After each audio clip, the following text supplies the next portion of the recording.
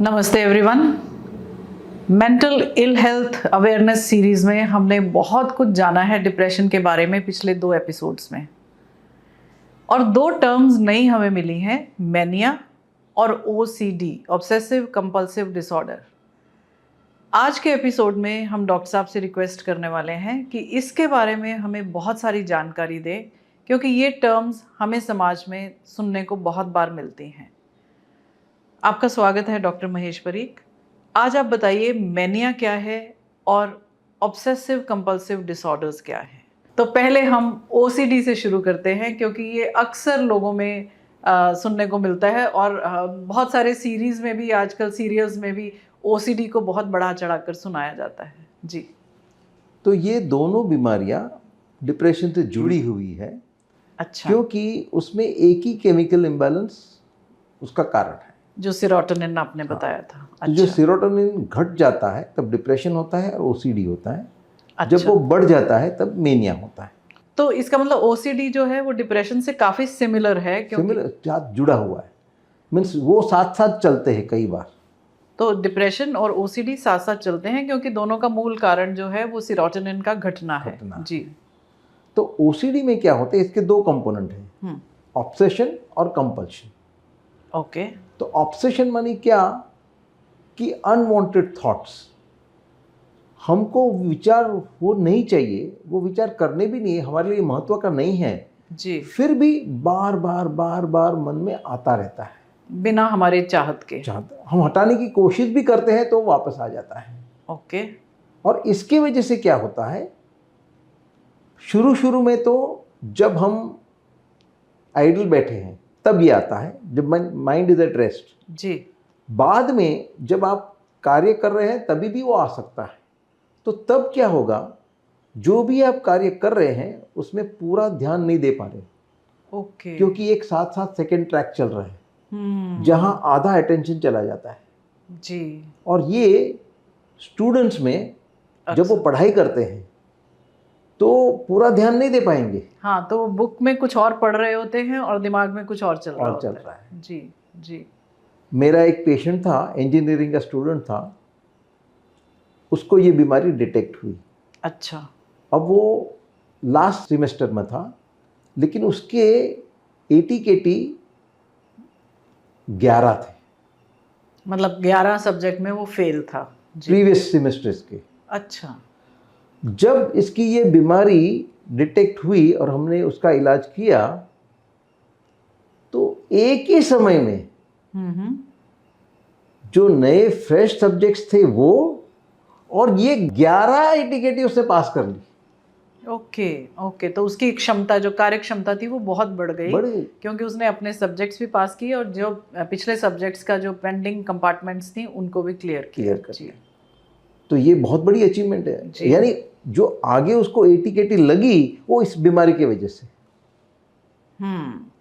तो स्टूडेंट्स जो ये समझते हैं कि हम पढ़ रहे हैं और दिमाग कहीं और चल रहा है, तो वो भी सजग हो जाएं कि आपके डबल ट्रैक थॉट प्रोसेस का एक कारण OCD भी हो सकता है जी।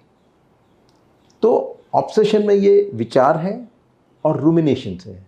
रूमिनेशन मानी मन में एक डिबेट चलती रहती है, 2 फालतू विषयों के, उसके गुण और अवगुण हम कंपेयर करते ही रहते हैं, उसका कोई नतीजा नहीं आता है। एनालिसिस पैरालिसिस, यही बात है कि हमेशा एक द्वंद्व मन में चलता रहे कि ऐसा होगा तो ये हो जाएगा, ये होगा तो ये हो जाएगा। नहीं, लेकिन ये है फालतू विषय के ऊपर। अच्छा, किसी काम के बात पर नहीं है। वो मतलब चाहिए भी नहीं। कोई भी चीज़ इररेलेवेंट, किसी के विषय में भी बात करनी शुरू कर दें और मन ही मन में द्वंद्व चलता रहे। तो कभी कभी कुछ कॉन्वर्सेशन हुआ है, कोई संवाद हुआ है, वो रिप्ले हो रहा है, ओके, वो चाहते नहीं हो, फिर भी वो थॉट्स आते रहते हैं। तो मतलब जब भी थॉट्स हमारी मर्जी के बिना हमारे दिमाग में चल रहे हैं, हम उन्हें निकालना चाहते हैं, वो निकल नहीं रहे और हमारे कंट्रोल से बाहर चले गए हैं, तो आप समझ लीजिए कि आपको ऑब्सेसिव सिम्टम्स हैं जी।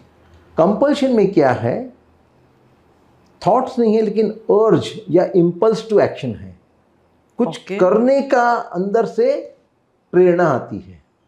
अच्छा। वो हमको करना नहीं है, हमारी इच्छा नहीं है, लेकिन वो बार बार वहाँ से प्रेशर आता रहता है। और हमें ये भी डर लगता है कि शायद हम न कर बैठे।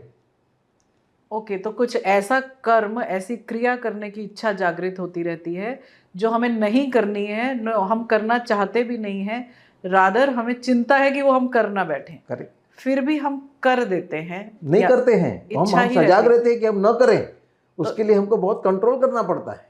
अच्छा, तो वो इच्छा रहती है कार्य करने की। हाँ। ओके। जैसे एक व्यक्ति को अर्ज आता था किसी को धक्का मारने का, तो ओके इतना डर के चलता था, अपने दोनों हाथ अपने पॉकेट में कि धक्का ना दे दूं। धक्का ना दे दूं। जी। या एक व्यक्ति को अर्ज आता था मंदिर में गाली बकने का, तो बहुत डरता था, इसलिए मंदिर जाता ही नहीं था, वो टालता था। जी जी जी। तो ये अक्सर लोग ऐसी अवस्था से निकलते हैं, और कई बार ये सोशलाइज भी इसलिए नहीं करते लोग क्योंकि उनको लगता है कि वो कहीं कुछ गलत बोल ना बैठे या किसी के साथ कोई गलत बिहेव ना कर दें। राइट। सो ये जो है ऑब्सेसिव, और this is the other compulsive. Compulsion में कई बार बार हाथ धोते रहते हैं। अच्छा, कंपल्शन में होता है ये। हाँ, क्योंकि उनका लगता है वो गंदे हैं और गंदगी निकलती नहीं है, तो धोते ही रहते हैं। कोई कपड़े बार धोते रहते हैं, पूरा दिन उसकी साफ सफाई में निकल जाता है। जो घर को भी लगातार साफ करते हैं और सजाते रहते हैं और करीने से रखते रहते हैं हर चीज, तो ये भी एक कंपल्सिव। और जब झाड़ू पोछा लगा हुआ होता है तो किसी को अंदर आने नहीं देते हैं, या आप धूल मत लेके आओ, या कहीं कुछ उसको लगता है इसके गंदगी हो गई तो उसको बार बार साफ करते रहेंगे, कोई कहीं छू न ले। अच्छा। तो ये सब ओसीडी के चिन्ह है। ओके। ये दोनों के साथ साथ, मानी जो अनवांटेड थॉट्स है और ये जो अनवांटेड अर्ज है, उसके साथ साथ घबराहट होती है, एंग्जाइटी होती है। There is presence of insight, मानी उसको मालूम है कि ये सही नहीं है, ये सोच गलत है जी, वो करना नहीं चाहता। इस ego alien also, ego alien मानी उसका जो नॉर्मल नेचर है उसके विपरीत है, उसका ऐसा स्वभाव है ही नहीं। उसका ऐसा स्वभाव नहीं है कि वो बार बार साफ करे या बार बार सोचे या मतलब उसको अवेयरनेस है इस बात की। हाँ। और ये समझता है कि it's normal to live like this. जैसे अभी यदि हम ओसीडी की बात करें, जैसे अभी आपने कहा वो बार बार सफाई करता रहता है या बार बार अपना घर साफ करता रहता है, उसको अंदर से ये ज्ञान है कि इट्स ओके कि लोग आएंगे, थोड़ा कचरा होगा तो ठीक है, लेकिन उसकी मजबूरी है, अंदर की मजबूरी है कि वो ये बर्दाश्त नहीं कर पाता। जी, तो इसको कहते हैं ego alien. Ego alien. Okay जी। रीचेक करते रहते हैं, जैसे पैसे गिने तो बार बार गिनते रहेंगे, या हिसाब किया तो बार बार हिसाब करेंगे, गैस बंद करनी है तो 2 बार चेक करेंगे, लॉक किया तो 2-4 बार चेक करेंगे कि लॉक किया या नहीं किया। जी जी जी जी। और आगे चलकर उनको डाउट आता है कि मैंने ये किया कि नहीं, इसलिए बार बार वो चेक करते रहते हैं। सर, किस लेवल पर ये बात तय की जाए कि ये कंपल्सिव डिसऑर्डर है या ये फिर किसी ने अपने मतलब ये एक तरीके की सेफ्टी मेजर्स हैं कि 2 बार चेक कर लिया तो क्या हुआ? हाँ, वहाँ तक ठीक है, लेकिन आप उसमें समय ज़्यादा गुजार रहे हैं और हर बार शंका में रह रहे हैं। जी जी। और उसमें आपका समय बहुत चला जाता है। तो ये बीमारी के चिन्ह हैं। ओके, तो वेरी वेरी इंटरेस्टिंग कि ऑब्सेसिव कंपल्सिव डिसऑर्डर के चिन्ह हैं जब आपके थॉट्स आपके कंट्रोल से बाहर हो गए, आप नहीं चाहते आप ऐसा सोचें, आप नहीं चाहते आप बार बार कॉन्फ्लिक्टेड थॉट्स में रहें या अंदर ही कोई थॉट्स चलते रहें, द्वंद्व में रहें, तो ये हो गया ऑब्सेसिव। और कंपल्सिव यानी कि आप ऐसी क्रियाएं करें जो आपको पता है गलत है, जो आप नहीं चाहते करना लेकिन फिर भी अंदर से मजबूर हो जाते हैं उन क्रियाओं को करने के लिए, वो हो गया कंपल्सिव। दोनों से बचना ज़रूरी है, दोनों के लिए अवेयरनेस ज़रूरी है। तो सर, इसका भी इलाज केवल मेडिकेशन है या बिहेवियर थेरेपी? तो इसका इलाज बिहेवियर थेरेपी में भी है। तो आइए समझते हैं बिहेवियर थेरेपी क्या होता है। जी। उसमें हम इस विचार को या इस अर्ज को एक पेनफुल स्टिमुलस के साथ जोड़ देते हैं। It is called aversive technique. अच्छा। मानी जब भी आपको ये विचार आया तो आप अपने आप को एक पेनफुल स्टिमुलस दीजिए, मानी एक पिंच कर लीजिए अच्छा। या मैं कहता हूँ कि जो हेयर ब्रश है उसका जो ब्रिसल का नुकीला पार्ट है वो हाथ में पकड़िए, विचार आया तो दबाइए ताकि आपको दर्द हो, जैसे विचार गया उसको छोड़ दीजिए। तो ये तरीका था, हम ट्रीट करते थे। लेकिन जब अब मेडिसिन मिलने लगी है अच्छा। तब उसका इस्तेमाल हम कम करते हैं, क्योंकि मेडिसिन ज़्यादा फास्ट काम करेगी। तो पहले मेडिकेशन नहीं थी तो आप बिहेवियर थेरेपी यूज़ करते थे, अब मेडिकेशन अवेलेबल है तो आप प्रेफर करते हैं कि मेडिसिन दे दी जाए क्योंकि वो फास्ट और बहुत इफ़ेक्टिव मेथड है ट्रीटमेंट का। ओके, तो ये तो हो गया ऑब्सेसिव कंपल्सिव डिसऑर्डर। तो इसको हम जो सिम्टम्स आपने बताए हैं, जैसे कोई व्यक्ति बार बार सोचता है और कोई व्यक्ति ऐसे कार्य करता है जैसे घर की सफाई बार बार करना, किसी को अंदर नहीं आने देना, बार बार नाक साफ करना, बार बार हाथ धोना, बार बार कपड़े साफ रखना। तो इन चीज़ों से ये तो actually day to day life में बहुत सारे लोग ऐसा करते भी हैं। और बार बार चेक करना, गैस बंद की या ताला लगाया या नहीं लगाया, तो शंका में रहना और फिर बार बार उनको याद रखना कि क्या हमने ये कहा तो नहीं था, क्या हमने ये किया तो नहीं था। और इन चीज़ों से ये चीज़ें आपको मदद करेंगी सिम्टम्स ढूंढने के लिए ओसीडी के, और ये डिप्रेशन से जुड़ी हुई बात है, सर ने बताया है। नेक्स्ट बात करते हैं मैनिया की। तो ये क्या है सर? जो डिप्रेशन में सेरोटोनिन कम हो गया था वो मेनिया में बढ़ गया है। तो इसमें भी डिप्रेशन की तरह 3 अहम चिन्ह हैं। इलेटेड मूड, मानी ज़्यादा खुश रहता है, या फिर एंग्री इरिटेबल मूड, अच्छा, चिड़चिड़ा रहता है, बहुत ज़्यादा चिड़चिड़ा रहता है। दूसरा है फ्लाइट ऑफ आइडियाज़, मानी डिप्रेशन में जो ब्लैंकनेस था, यहाँ ओवर क्राउडिंग ऑफ थॉट्स है, बहुत ज़्यादा सोच आते रहते हैं। Okay okay. और फिर एक विषय से कूद कर वो दूसरे विषय पर जाता है, दूसरा विषय छोड़ के तीसरा विषय पे। तो ये माइंड ज़्यादा फास्ट काम करता है, तो साइकोमोटर एक्सेलरेशन। Okay okay. तो मैनिया के सिम्टम्स डिप्रेशन से टोटली ऑपोजिट हैं। जैसे डिप्रेशन में सेरोटोनिन कम हो जाता है, उदासी रहती है, मैनिया में सेरोटोनिन बढ़ जाता है और आप बहुत इलेटेड रहते हैं, बिना वजह बहुत सारी एनर्जी है, बिना वजह आप बहुत सारी बातचीत करते हैं, बिना वजह बहुत ज़्यादा एक्साइट रहते हैं, बहुत खर्चा करते हैं और लोगों से इंटरेक्ट करते हैं, पर बिना वजह बहुत गुस्सा भी कर सकते हैं और बहुत इरिटेबल भी हो सकते हैं। तो इसका जो इम्पैक्ट है वो हमारी लाइफ पे आप सबको पता ही है। जब आप बहुत उदास होते हैं तो भी फैमिली डिस्टर्ब हो जाती है, और बिना वजह बहुत एक्साइट भी रहते हैं तो भी फैमिली डिस्टर्ब होती है, रिलेशनशिप्स ख़राब होने की संभावना होती है। तो मैनिया के बारे में और जानते हैं सर, और क्या क्या सिम्टम्स हैं मैनिया के? तो एक तो मूड देख लिया कि हाई है या एंग्री है। उसकी जो थॉट्स है बहुत ज़्यादा है जी, इसलिए प्रेशर ऑफ स्पीच है, क्योंकि जो थॉट्स है वो सब व्यक्त करना चाहता है, इसलिए बहुत फास्ट बोलेगा, बहुत बातूनी है। और उसकी हद बढ़ती रहती है और इतने तक बढ़ती है कि आखिर में हमें भी समझ में नहीं आती क्या कहना चाहता है। अच्छा, क्योंकि विचार बहुत हैं और उनके पेस से वो बोलता है, और क्योंकि इतने विचार हैं, उनका आपस में कनेक्शन कई बार नहीं भी होता है, तो वो समझ ही नहीं आता वो इतना बोल गए तो बोलना क्या चाहते थे, तो कंक्लूजन ही नहीं मिलता, उनके बात का जो मैसेज है वो क्लियर नहीं हो पाता। जी। और जैसे डिप्रेशन में जब उसकी मात्रा बढ़ती है, तीव्रता बढ़ती है, तो डिल्यूजन्स आते हैं। तो इसमें भी डिल्यूजन्स आते हैं। तो इसमें 2 प्रकार के डिल्यूजन आते हैं। एक है डिल्यूजन ऑफ ग्रैंडियर।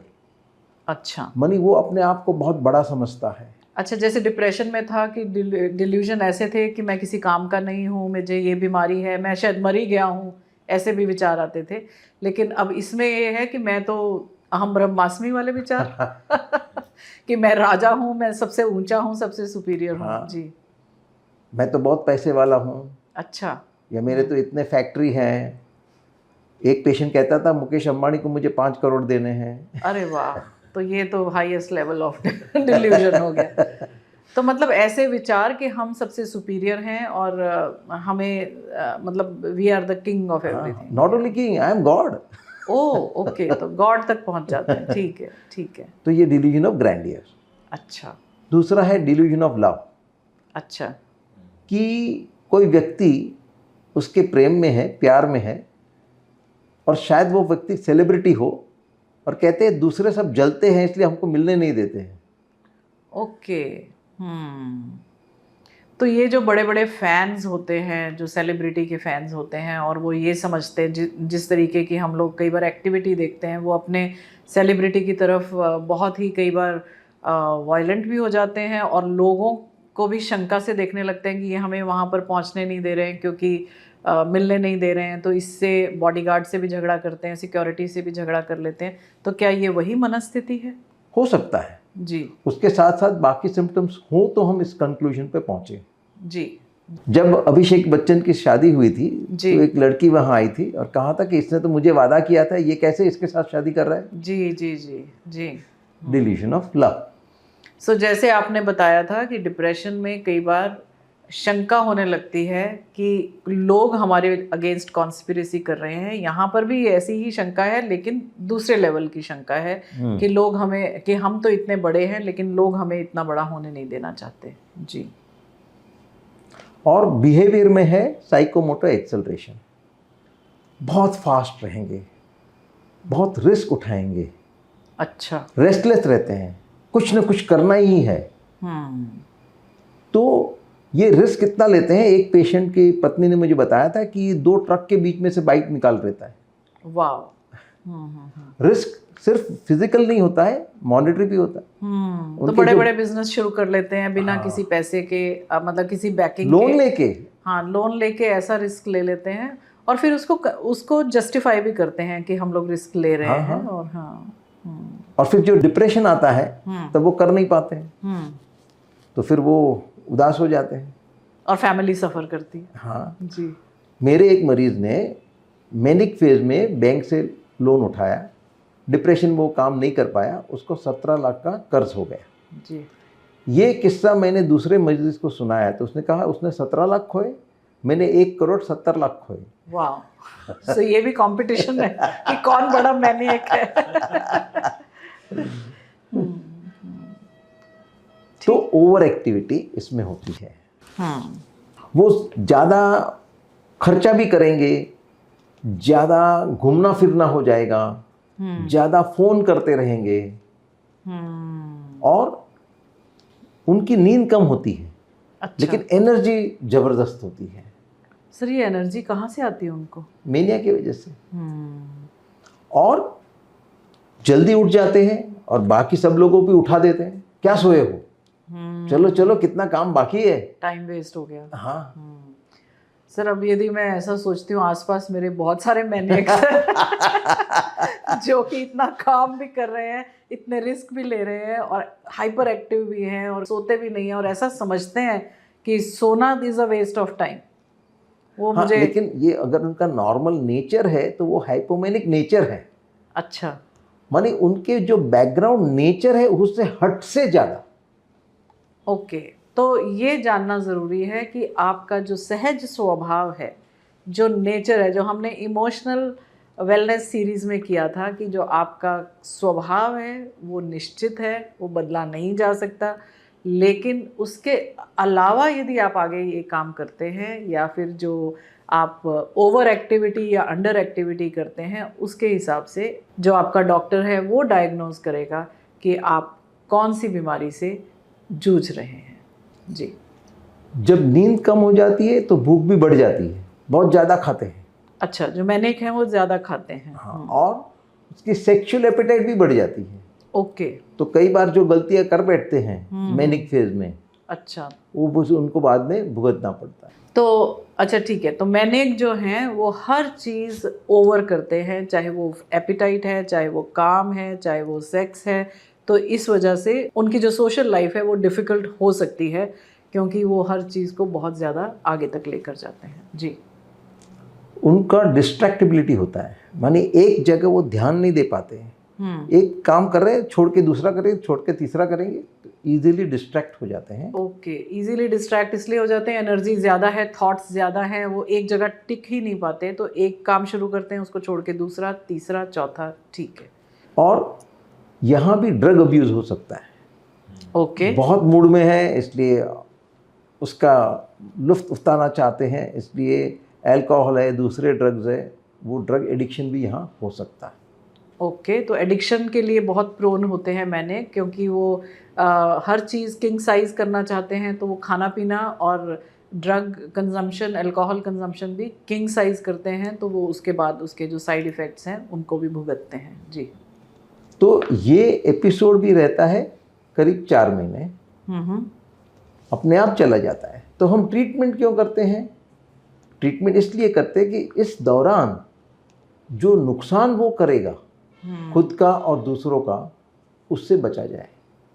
ओके, तो मैनिक जो फेज़ है वो भी कुछ समय के लिए रहता है, टेम्परेरी है, अपने आप ठीक भी हो जाता है, लेकिन ट्रीटमेंट इसलिए करा लें ताकि आप बैलेंस हो जाएं, और जो उसके मैनिक फेज़ के दौरान जो नुकसान आप करते हैं अपना, अपने परिवार का या अपने प्रियजनों का, उसको मिनिमाइज़ कर सकें। जी। बाकी दोनों डिप्रेशन और मेनिया अपने आप चले जाते हैं, और जो लास्ट ट्रीटमेंट हमने की उसको क्रेडिट मिल जाता है। वो ऐसे जाने वाला ही था एपिसोड। जैसे मेरे एक मरीज ने जब आया था तभी डिप्रेशन में था, तो उसने बोला मुझे 2 साल पहले भी यही बीमारी हुई थी, लेकिन मैं ये दरगाह पे गया तो मैं ठीक हो गया। अच्छा। तो मैंने कहा इस बार क्यों नहीं गए? क्योंकि गया था, कुछ नहीं हुआ। तो जो पहले गया था वो जब भी एपिसोड खत्म होने को था तब गया था, अब जो गया वो एपिसोड शुरू हुआ तब गया। ओके, तो किसी भी और तरीके से यदि आपको आराम आ जाता है तो आप उसको क्रेडिट देने लगते हैं, लेकिन ये जो फेजेस हैं ये रहेंगे। यदि आपको इस हाई और लो टाइड की समझ आ जाती है तो आपको पता चलेगा कि ये फेजेस आते हैं और अपने आप चले जाते हैं, लेकिन मेडिकेशन इसलिए ज़रूरी है ताकि आप जो इन दोनों फेजेस के बीच का जो नुकसान है उसको मिनिमाइज़ कर सकें। मेडिकेशन का रोल क्या है? वो आपका उस बीमारी के दौरान सपोर्ट है। जी। जैसे अगर किसी को फ्रैक्चर हो गया तो वो चल नहीं पाएगा, लेकिन वो फ्रैक्चर अपने आप ठीक होने वाला है, तो तब तक हम सिर्फ बेड में पड़े रहें। अगर हम बैसाखी का इस्तेमाल करते हैं, क्रचेस वापरते हैं, तो फ्रैक्चर होने के बावजूद चल फिर सकते हैं। जी जी। तो ये जो 2 बीमारियां हैं वो मेंटल फ्रैक्चर है। अच्छा। और जो मेडिकेशन है वो क्रचेस है। सो वो क्लचेस है। क्रचेस। ठीक है, तो ये आपके लिए सपोर्ट सिस्टम है मेडिकेशन जो है, ताकि जो फ्रैक्चर के दौरान आपको जो डिसेबिलिटी आ गई है उसको निकाल सके और उसमें आपको सपोर्ट दे सके। जी। तो जब डिप्रेशन आता है तो मरीज खुद उसमें से निकलना चाहता है, लेकिन मेनिया आता है तो मरीज निकलना भी नहीं चाहता, क्योंकि वो बहुत खुश है ना ओवर एक्टिविटी में। हाँ। और अचीवमेंट्स बहुत हो जाती हैं। इसलिए कई बार क्या होता है कि जिसको ये डिप्रेशन और मेनिया बार बार आते रहते हैं, जब बिल्कुल ठीक हो जाता है तभी भी डॉक्टर से ये कहता है मैं बिल्कुल ठीक नहीं हूँ, क्योंकि वो ठीक किसको समझता है? मैनिक फेज को। तो उनका जो बार सेट हो गया है वो मैनिक फेज पे सेट हो जाता है। जी ठीक है। हालांकि कोई सिम्टम नहीं है, अभी दोनों बीमारियां कंट्रोल में है, फिर भी वो संतुष्ट नहीं है। जी। क्योंकि वो चाहता है वो मेनिया में रहे। Right right. Thank you so much sir for all this information. आज हमने बहुत कुछ सीखा है ओसीडी के बारे में, मैनिक फेज के बारे में, और ये जाना कि ये दोनों ही डिप्रेशन से जुड़ी हुई बीमारियां हैं। एंग्जाइटी के बारे में भी आज हमने बात की है। तो ये सारी चीज़ें आप अच्छे से समझिए, इस एपिसोड को दोबारा देखिए ताकि आपकी जो जानकारी है वो बनी रहे, वो बढ़ती रहे, और देखें आप, आपके परिवार का कोई जन, आपके आसपास का कोई जन जिसकी आप मदद कर सकें, अवेयरनेस फैलाकर उनके साथ भी आप शेयर कीजिए। Thank you so much sir.